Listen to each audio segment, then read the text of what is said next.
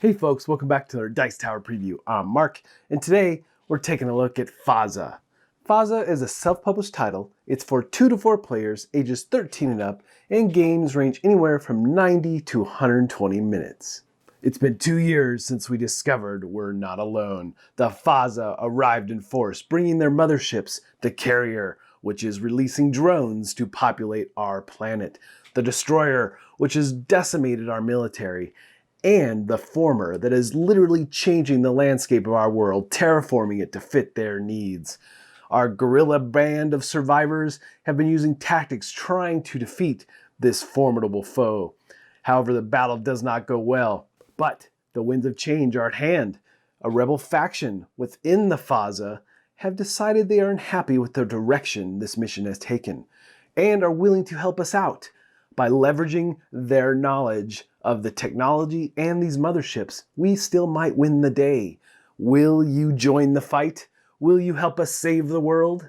So Fahza is a cooperative game, and the only way to win is to defeat these motherships. All 3 have to be defeated. However, there's several ways to lose.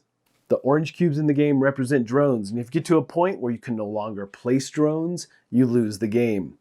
If one of the players dies, you lose the game. And if all the human outposts have been terraformed, you're going to lose the game as well. Now, in the hard mode, as there are 3 levels of difficulty to this game, in the hard mode, if all the rebels, represented by the purple cubes, have been removed from the board, that's another way to lose the game. All right, let's take a quick look at setup. The main thing you're going to do is create your play area. You're going to take the tiles, shuffle them up, and create this 4x4 grid. And then you're going to place the motherships. The motherships come out with drones. However, there can never be more than 3 drones on any one spot. So the areas that they start in are 16, 14, and 15, and each of those will get 3 drones. And then adjacent to them, you'll put 2 drones. But again, you can't place more than 3 drones in any one spot. Now, the former is the terraformer, or the Fahza former, changing the Earth. So when it comes out into tile 16, you will flip that tile to the Fahza form side. Now, each player receives a set of cards. These cards consist of your actions and your characters. Now, there's areas of focus for these characters. You have red for tactical, you have green for medical, you have yellow for political, and blue for technological. Very different abilities, very different skills. You have 2 character cards per color, but you only get to pick one of the character cards, and that will be kind of your skill set for that particular game. However, all your actions are very much related to your character type. Now, once you've picked your area of focus, you're going to take your colored pawn and put it on the outpost that corresponds. And then 2 rebels, 2 of the purple cubes, will be placed on that outpost with you. Now, it's important to note, when you're setting up your character cards and all your action cards in this row, you need to look at the bottom of the action cards. There's a number, and you want to put those in numerical order because that will also be the order that you receive damage and the cards flip. And once you hit the 4th card, then that character dies, and it is one of the lose conditions. You'll need to pick a level of difficulty, either easy, normal, or hard. Definitely suggest starting on easy. And then you'll set up the row of mothership cards. And along with that, you have a movement tracker you'll put at the start, which is the Carrier. Then you have the Destroyer and Former. And then you have Fahza cards. You're going to shuffle those up, place those next to the board, and you're pretty much ready to go. Now, there are 2 phases to gameplay. You have the team phase, and you have the Fahza phase, where they go and do all the terrible things to you and the Earth. However, in the team phase, you can do all these things that we're going to look at simultaneously, or you can take turns. Again, this is all about the conversation and what makes the most sense for where you are in the game. But there's all kinds of things you can do on the team phase. You can use your action cards, and there's 2 actions per card. And the actions dramatically change if you've received damage by flipping that card.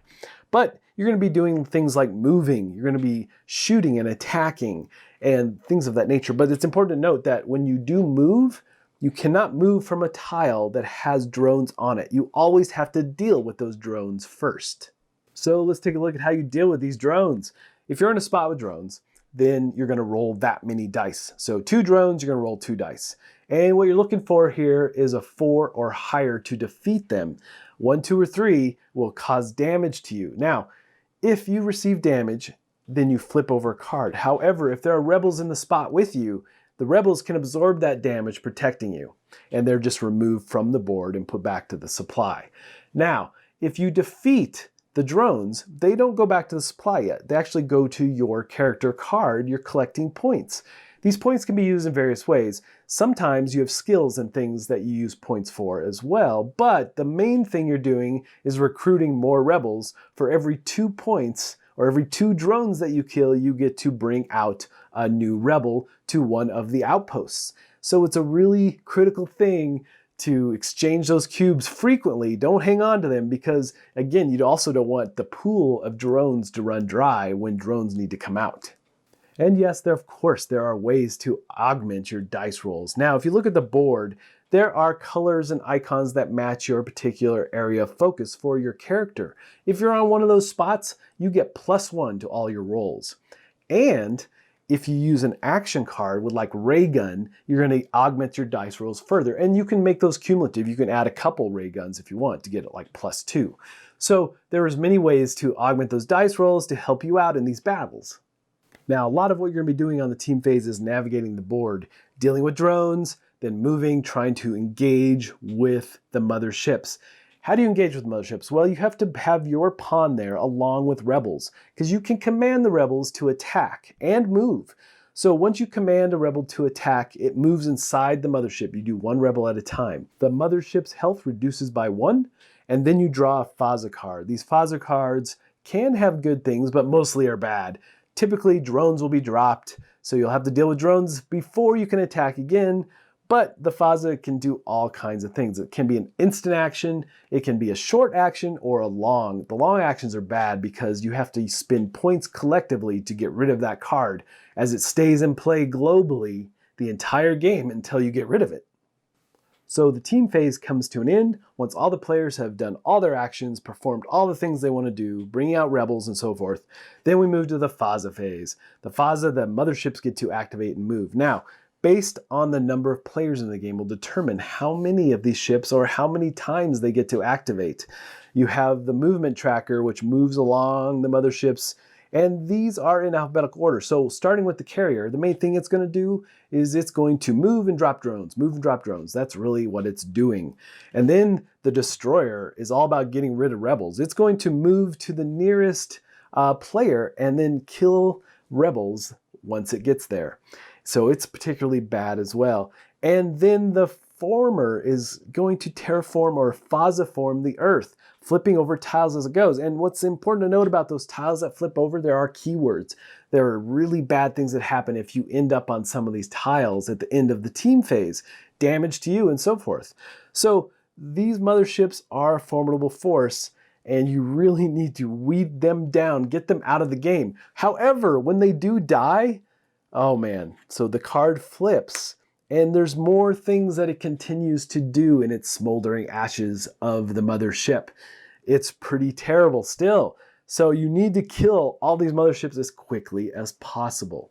Now the neat thing is that all the movement and all the phases of the Fahza, everything it does is outlined by the difficulty card, as well as all the ships have everything they do written on the card. It's very quick and easy to follow every time they activate. And so the game continues round after round until the players have destroyed all the motherships, or the motherships have triumphed and taken over the Earth. Alright folks, just a reminder once again, this has been a Dice Tower paid preview. Everything you've seen here has been in prototype form, so keep a close eye on the campaign for any changes that still may occur. Now with that said, there's a lot of neat things about this game that really work for me. The thematic nature of it, the simultaneous play, I like cooperative games, and that old War of the Worlds feel just is really neat and captured really well. And what's nice is that the game is easily played without the rule book, because pretty much everything you're doing is all on the cards, and it works really well. But ultimately, folks, if this looks like a game that would be of interest to you, I'm sure they'd appreciate your support. So I think that's it for me, and until next time, We'll see you at the table. Thanks so much for watching the Dice Tower videos. Find more great videos and reviews, as well as our top-rated audio podcast at Dicetower.com. You can also find other great shows at Dicetowernetwork.com. I'm Eric Summerer, and you've been watching The Dice Tower. The Dice Tower is sponsored by Cool Stuff Inc., where you can find great games for great prices. Cool stuff in stock. Check them out at CoolStuffInc.com.